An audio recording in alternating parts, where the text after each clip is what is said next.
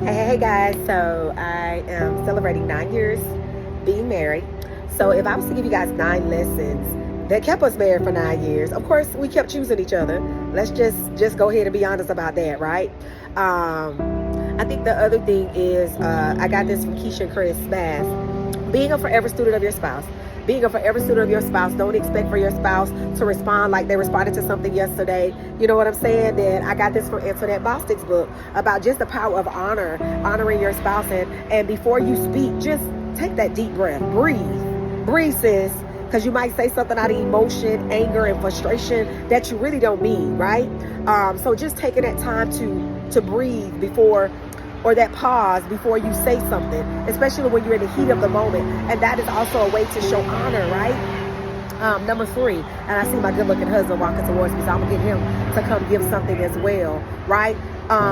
Grow together. So what that means is we do like one marriage retreat a year, or making sure that we find a event once a year to go, so we can continue to get around healthy couples and we can continue to grow in our marriage and grow in God. I would say that would be number 3. Number 4, continue to date each other. We're getting ready to date right now, and we're meeting up with some friends, but continue to date each other so that you can still have that time to love on each other. We have a 10-year-old and all 3 of us are entrepreneurs. We're super busy, but we're super intentional about still making sure we take that time to date each other. Now, our daughter do be with us a lot, but we're grateful in this season to have people to be able to assist us and help us as we are celebrating life, celebrating each other, and just taking that time to go on a date. Now, one thing that worked well for us is because well, she's out of school right now, but day dating worked very well for us, to go catch a movie, to catch a lunch before he goes to work.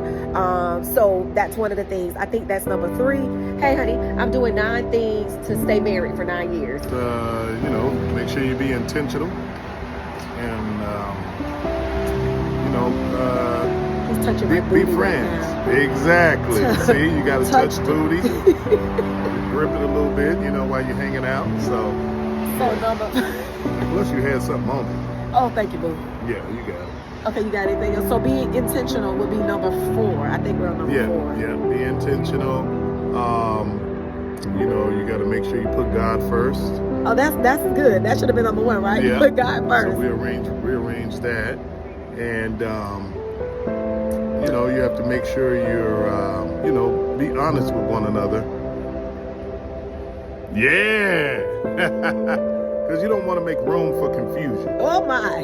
You don't want to make room for confusion. You want to make sure that you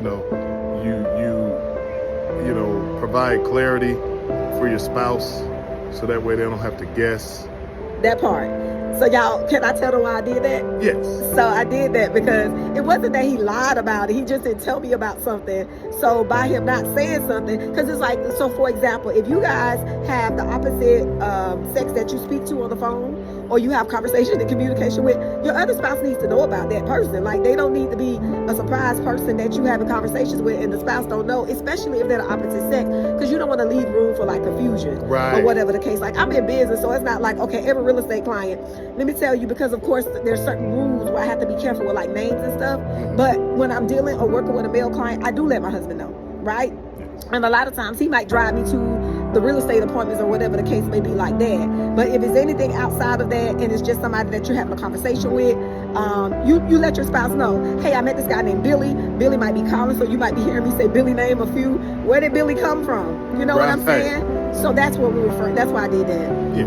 Okay. Gotcha. I think we're on number 6, number 7, number 6. Yeah. I think it's 6. Okay.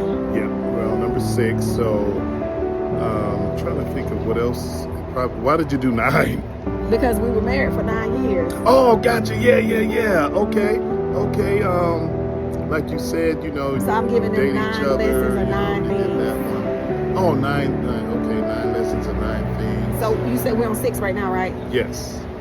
So we were actually talking about something where, other healthy married couples, Right, yeah, hanging there you out go. with other healthy married couples. So Right. one thing is, Let's talk. we wanted to have that, so I created that. I did a Christmas party one year and invited other couples over. I created And that was nice. something. We played games, nice. Yeah. Ate food, fellowshipped. So yeah, that was a good time. Yep. So other healthy married couples. Yeah. So that's 7. So now we're on 7. Yeah.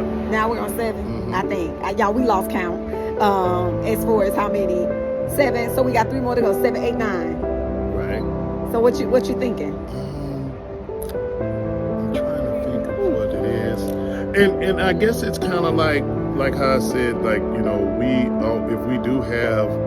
if we do have like a disagreement or something like that, we always resolve it within the disagreement or whatever. Oh, so the communication is always Yeah, very yeah. important to have that communication. Did you say that already? I said pause before communicating after like a Oh, well, yeah, a I guess moment that of kinda- frustration or whatever the case may be, because sometimes you may not always need to communicate in that moment. Yeah. But just knowing when to communicate about something and like not going to bed mad about it. You know, having those conversations is very important. So Yeah. communication is definitely a good one. Yeah, and you know, like do activities together, like how, you know, we have that book by Miles Oh, Monroe. that's a good one. Mhm. So read a book together, and we also need to start back. Remember that card box Yeah. where you got the little cards and you Oh, pick a yeah, card yeah, for like and a game. So right, I and love that. Yeah, because you pick it and it might say, make your spouse, ask your spouse this or that, but it stimulates and you know, it stimulates the relationship because, you know, you're having fun, you're doing different Yeah, stuff. I love that. So Yeah. do stuff with your spouse. That's really, really good. Like activities, read books together. So one more. We got one more. One more. One more. Respond to each other's love language. Oh yeah, there you You know, me and my husband, I know he loved me because he responds to me a lot by his love language. But I'm Right, like, "Sir, there you I go. need my love language." Right, right. So respond to their love language is a book by Gary Chapman that talks about the 5 love languages, and respond to their love languages is very important to keep that connection going and that chemistry. go. Yes.